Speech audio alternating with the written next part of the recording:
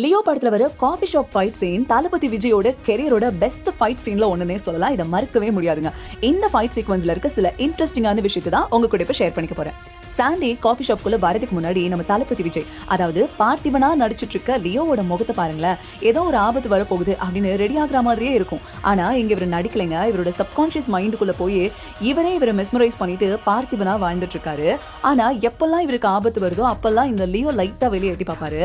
அப்படிதான் சாண்டி வந்து ஜனனி கையை பிடிச்சி இழுத்துட்டு இருக்கப்போ அவன் பின்னாடி இருக்க துப்பாக்கியை பார்த்த பார்த்திபன் லியோ வராம கண்ட்ரோலா இருப்பாரு. ஆனா எப்போ மிஷ்கின் வந்து சாண்டி கிட்ட பேசுறப்போ எல்லாரையும் கொல்லலாம் அப்படின்னு முடிவு பண்றப்போ லியோவை வெளியே கொண்டு வருவாரு.